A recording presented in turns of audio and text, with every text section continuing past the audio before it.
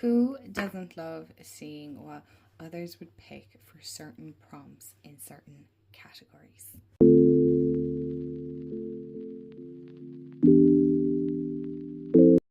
Hey everyone, and welcome back to my channel, or welcome to my channel if you're new. Hi, I'm Amanda. So today is a really fun one. Big shout out to Sandra over at Spirit of Avalon. I'll make sure to tag her channel below, for tagging me in a VR done by NovaMundiTarots and the Hermit's Cave. I'll make sure to tag all their channels below. And this is the hashtag editors picks decks. Oh my goodness, Sandra, what are you doing to me? That was a tongue twister, especially with me being Irish. That's always a fun challenge to pronounce certain words. Anyway, so I'm not going to chat too much. We're going to get through some decks, some prompts. Let's see what I've picked. I always love doing a good VR, a good tag. I am so excited to get into this. So grab a snack, grab a drink, go check out their videos as well, and we will get into the video. Prompt number 1 is Inner Child Work. A deck you recommend for inner child healing, one that feels safe, nurturing and playful. Ideal for reconnecting with innocence, creativity and emotional truth. And so I knew instantly when I seen the first question, I was like, or the first prompt, I was like, yes, I know the deck that is going to be fantastic for inner child work, and that is the Kawaii Tarot. It's the only one that I would have. That, or what else did I pick? There was another one there, but it's an indie deck. The Boo Tarot, but I know that's not like everyone's cup of tea, so I wanted to pick something that like I feel like everybody could connect with and everybody can get their hands on. As far as I know, you can still get your hands on this deck. It's not, this is upside down, isn't it? Oh no, it isn't. This is fantastic. This is such a cute little deck. I feel like my camera is focusing in on Berry again. And okay, you guys can see that. This is such a cute, fun little deck. Oh my gosh, is that not giving like little Moomin vibes? But I love how cute this is. Of course, kawaii, meaning cute anyway. This is adorable. This just genuinely makes my little inner child sing. I love the cuteness. They kind of remind me a little bit of the Squishmallows. I have a few Squishmallows and they're incredibly cute. So again, it's all about healing that inner child. It's very cartoony to the Sylvanian families. I have some over here. I wonder, can I... These little ones, like there's something about them that is so incredibly cute. I feel like one of them is actually, so it kind of has that Sylvanian Squishmallow feel to it. So for me, that really speaks to my own inner child, and I just love how cute and adorable and innocent this really feels. It's so cute and it's so vibrant as well. Prompt number 2 is Shadow Work. So a deck that's powerful for helping readers face their shadows, honest, deep, and unafraid to confront the difficult. This is your recommendation for deep transformation and self-inquiry. And I knew without a shadow of doubt, I would 100% pick Magic of You. Now, I know Seasons of the Witch Samhain Oracle is another good one for shadow work. So there's another recommendation. I'll be honest, I just don't want to go and get the deck, so we're sticking with this one. No, but this is the one that honestly spoke to me. I always mention this one for shadow work. I actually want to take out the guidebook for you guys. So I've mentioned this a few times. I know Fiona has a new deck out since. This is really dark and creepy, can I add? But this is a fantastic guidebook. It is a Rockpool Publishing one. And what I love about this is obviously you have your title and your key phrase. You have your information, your messages, but it's not like, don't put anything in your body that is not worthy of your goddess status. Quality over quantity is key at this time. Awaken to your sacred self. So it is harsh but true, right? The simple unselfish joy that comes from knowing something good has happened to someone else fulfills and heals the anger, self-pity and soul. It's time for emotional unification and appreciation for self and others. So it is really frank and very abrupt, to the point. That's what we need when we're doing shadow work. Shadow work isn't soft, it isn't gentle, it isn't always necessarily the kind, gentle way of doing things, but it is like harsh truths, harsh realities. And this is a very odd and dark, weird deck. Again, shadow work can get weird. So that's what I like about it. It's not necessarily sitting with maybe aspects of ourselves that we have not only suppressed and hidden, but parts of ourselves that we don't like. We always kind of associate shadow work being that, but sometimes it's other things that come up that you're like, that is intimidating, and it's facing things that we might feel to be a little bit overwhelming. I would always state also that if you ever do need to get professional help when it comes to dealing with like certain aspects of your life that are very challenging and very difficult, that absolutely 200% go and get professional help as well. Please hold no shame in that. I just want to mention that very quickly. But this really, if you feel that you are able and you are, I don't want to use the word strong enough, because like everybody has their own inner strength, but that you are capable of doing this yourself, because again, this deck is very heavy. It is very like an in-your-face kind of weirdness and very dark, that then yes, I would highly recommend. Prompt number 3 is Deity Work or Spirit Guides, a deck that serves as a spiritual bridge, perfect for working with deities, spirit guides, or higher realms. It holds sacred energy and supports devotional practice or channeled messages. And I like, you can use any deck for this. Can I just state that, by the way, that like you can use any deck for deity work, or if you've like a specific one, like I have one for Bridget, so I actually have a Bridget Oracle. But I didn't want to just mention that because that's just very specific, and that is so like just one deity. Not everybody works with Goddess Bridget. So I did want to include this one because for me, I work with a lot of sacred feminine and sacred sacred mothers and goddess energy. So that would be my most worked with. We'd say that would be kind of more what I lean towards in my own practice, and I love this one. So I know I have I had quite a few of you asking about decks for Mother Mary energy. Now I know there is a Mother Mary Oracle. It's not one energy that I particularly work with just exclusively. Definitely when she comes up, I love to hear it. This guidebook is phenomenal, by the way. Okay, so we will get into the cards in 2 seconds. But I did want to include the guidebook. For the reason being is, let's say for example you pick Freya, you sensuality, right? You Freya's message, so you have the description of who Freya is, her message, how to call on her, activities and rituals. Please focus because I do want you guys to see this. Freya's flow and beauty card spread, so there's also card spread, and creating an altar for Freya. And then you also have like objects, fruits, incense, or flowers, fruits and herbs, incense and scented oils, stones and crystals. And same for Gaia. I always pronounce that wrong. And you also have like call on her, activities and rituals, suggested exercise. So each one of them has like even a spread. Each goddess has like a spread, a message, how to work with her, how to create an altar, all those really in-depth, really awesome things. And I used to pull like a goddess a week. I don't do it anymore. I really should, because it was something I really enjoyed, and it was also a good way to get to know different goddesses and sacred mothers. And of course I love Blue Angel Publishing anyway. Like the decks by them is just amazing, and this is a really soft and gentle deck as well, might I add. I wouldn't use this for daily card draws. I haven't anyway, not in quite some time, so I might change it up and do it, but this is one that I would recommend. I suppose when I say deity work, for me it is more sacred feminine energy or divine feminine energy, goddesses, things like that. That's just my own personal practice. I do apologize, this keeps focusing in and out. It is focusing on Diana is at the front. So this is probably a little bit niche. I know there's so many other decks that like you can do deity works. There's probably ones that kind of veer a little bit more, but this is the one I would recommend.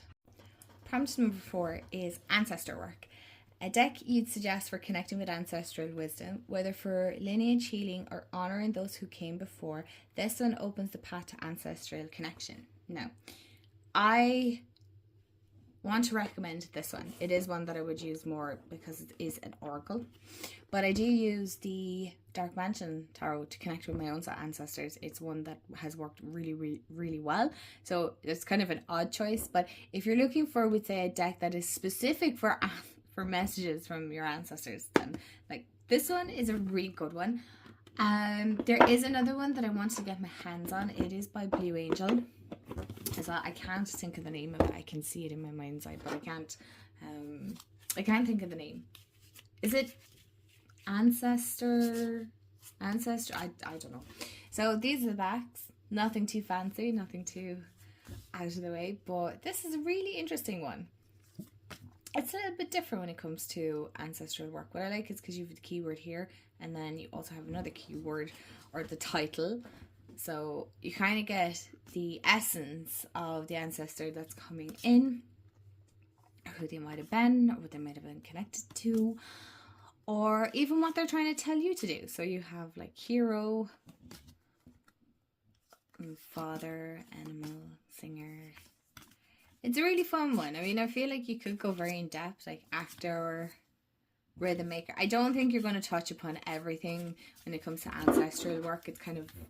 That's kind of challenging to be able to touch upon everything that an ancestor could have been, or, you know, where they might have been from, or, you know, all that stuff. So you're really just trying to embody the essence of who they are, or who they were, I should say. So this is really cool. It kind of does, I love that, like celestial. Isn't that beautiful?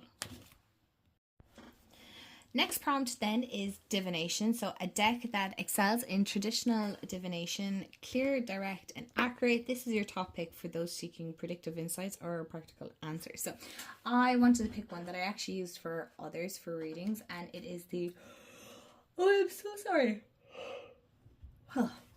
Energy Oracle by Sandra and Taylor. Now, I don't know where the box is. It's there somewhere, to be honest, but I'm not 100% sure where. But look, it is a Hay House publication. It is a blue box, and I'm trying to see if I find the card that's on the front. You guys can find it easy enough. Then I can't see it here straight off the bat. That's okay. But it is the Energy Oracle by Sandra and Taylor. It's been around a really long time.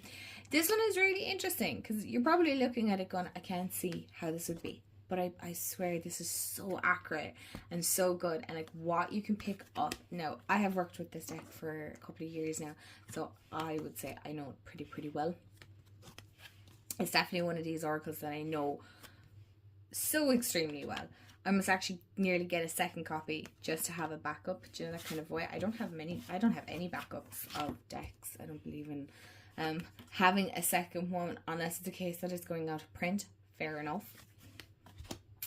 But this is so good for divination. I mean, it really touches upon some amazing topics and things that'll come up in like day-to-day life.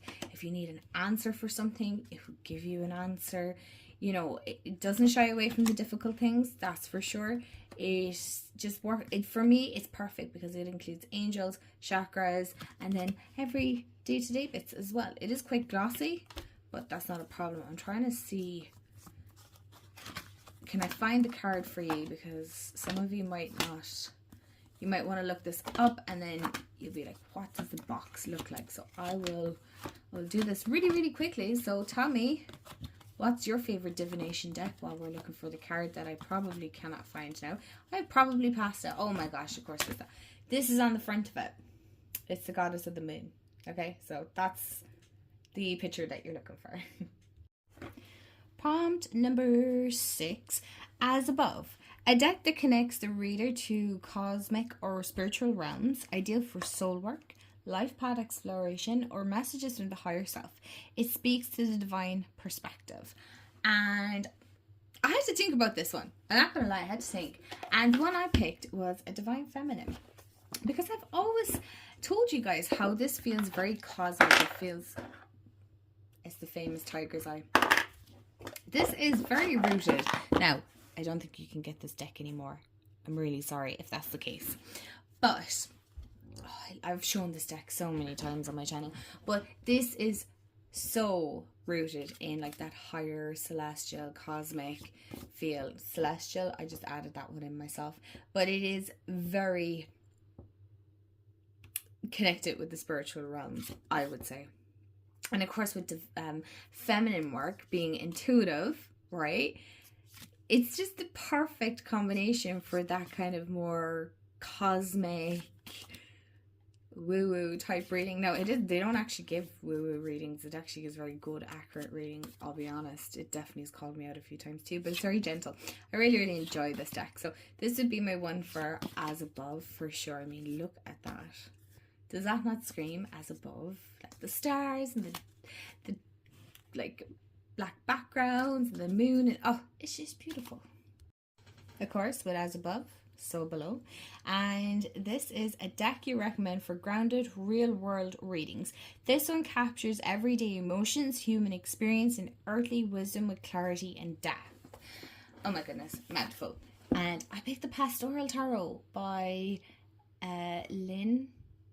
I'm not going to garnish your last name, and Lisa Hunt is the illustrator. This is gorgeous. I can't wait to work with this. I normally work with this kind of in the summer.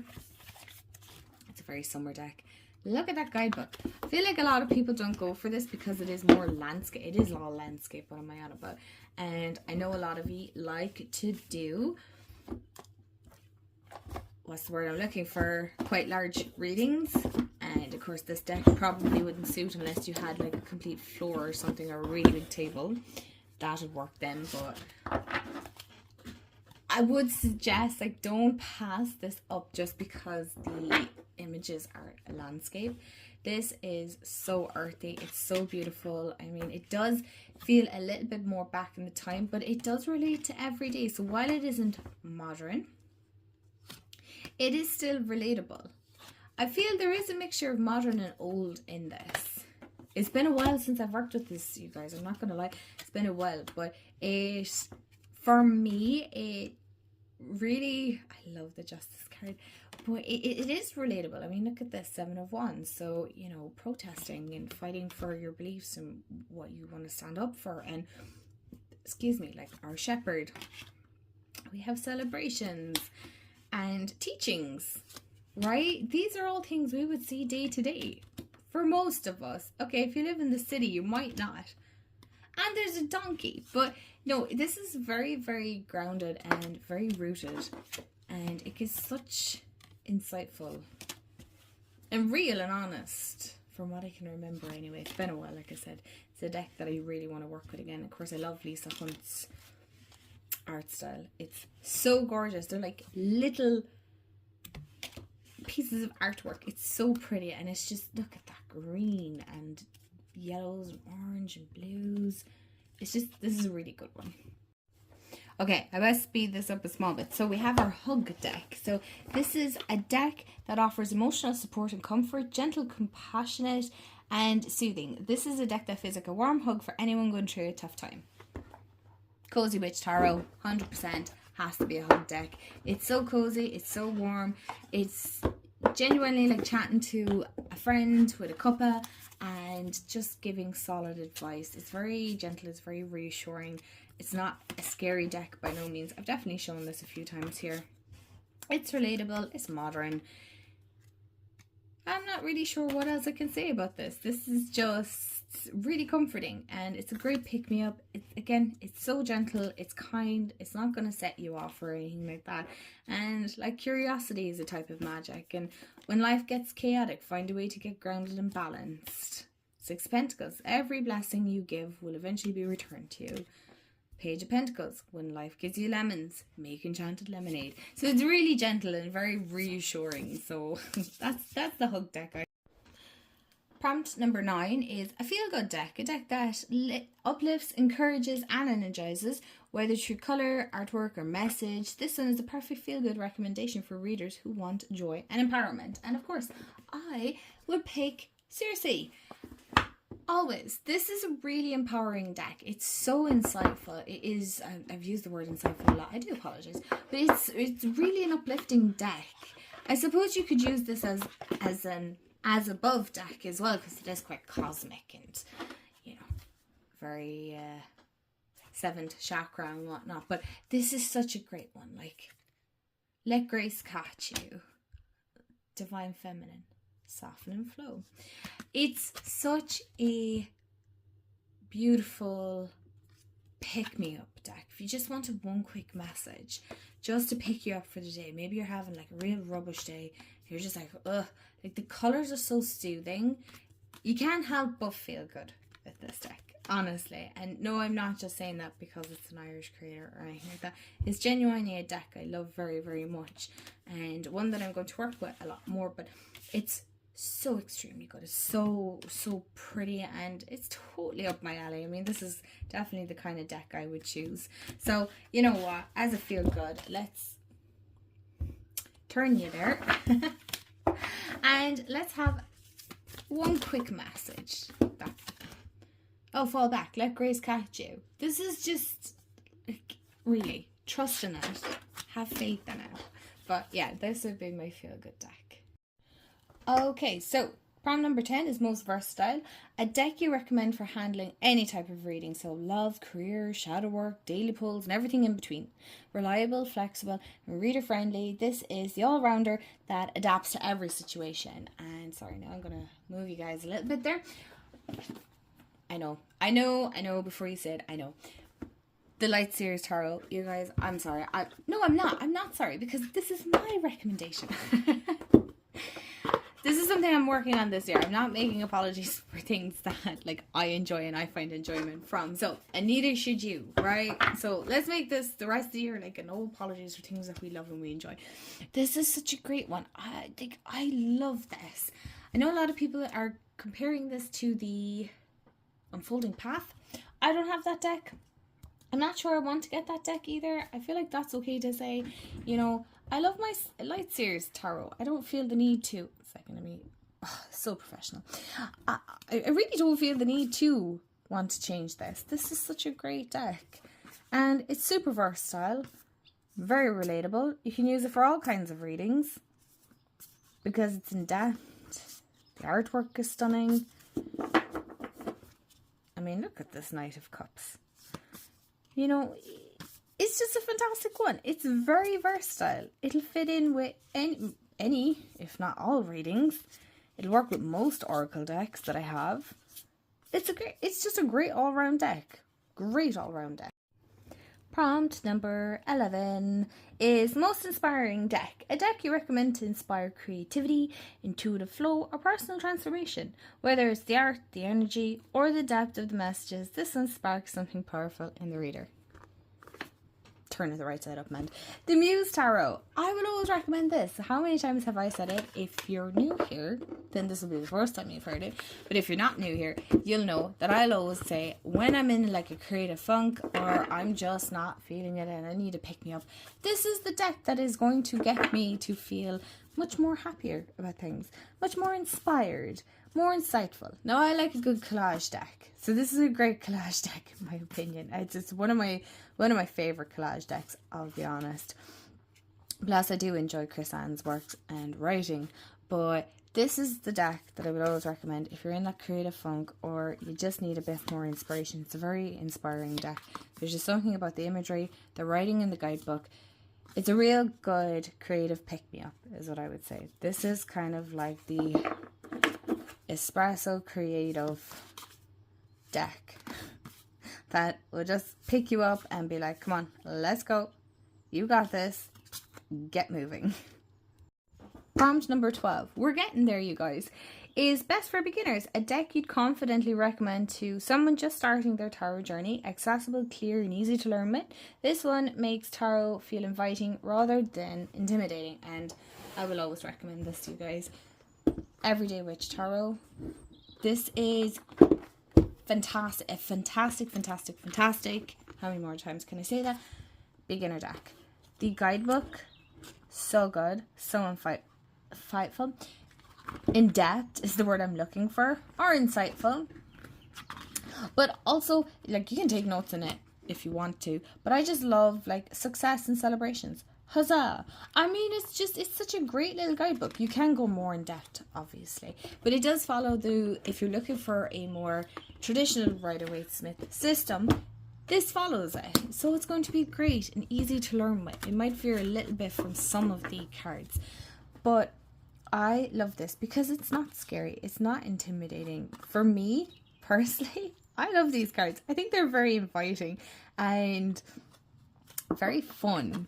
And that's what you want. You want to have fun when you're learning tarot. You're not supposed to be not enjoying it. If you're not enjoying it, then you need to change it up. You should be enjoying it. This isn't school. Well, maybe with the study and learning part. But you're supposed to be having fun with it. That is the whole point. You're supposed to enjoy learning tarot and enjoying the process. And this is a journey. It's something you will be on, if you choose to do so, for the rest of your life, if that's the way you want to go. But it's something that you're always learning, you're always studying. I will always say I'm in one way a beginner, for always, even though I'm gone past the beginner stage, that's for sure. I see more. I do have the traditional meanings, but I don't always like they're there in my mind, but I necessarily trust and lean into my intuition more. So yeah, I don't think it's a scary one. I feel like this is a really inviting one. Very colourful, very bright, and very fun. And that's what you want when you're a beginner. So prompt number 13 is best for professionals. A deck you suggest for experienced readers who need depth, nuance, and strong symbolism. Ideal for layered reading, spiritual insight, and working with clients as a professional level. Personally, I would use the Everyday Witch Tarot. I use that because it just doesn't seem intimidating to the clients. But if you want something a little bit more in depth, I'm holding my hands up here. If you're a professional, okay, you don't have to take my advice. This is just a suggestion. All right. It's not one that I have used for readings for others. For myself, yes, but not for others. But I feel like Tarot of the Abyss. Okay, it's a strange one. But you know I like my strange decks and I like to suggest strange things. You also have 2 extra cards, might I add. So the 10 of Swords and 3 of Swords are your 2 extra cards. Okay, you can Google all this stuff. This is a US Games, yes, US Games publication. It's beautiful. It's really nice. It's one I haven't worked with in a very, very long time. These are the backs. And it is black and white, so it's not going to be for everyone.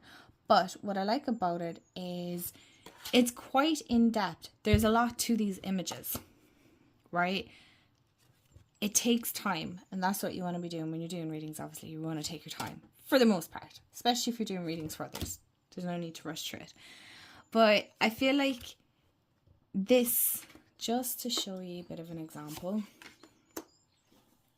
is really insightful, right? It's the simplicity of the black and white. I've seen some people colour these in alright, so you could do that if you wanted to. I mean, look at that High Priestess. But when you lay it down, for you, obviously it has to visually appeal, but for the client it's not going to be totally overwhelmed, for the reason being is sometimes the colourful decks can distract.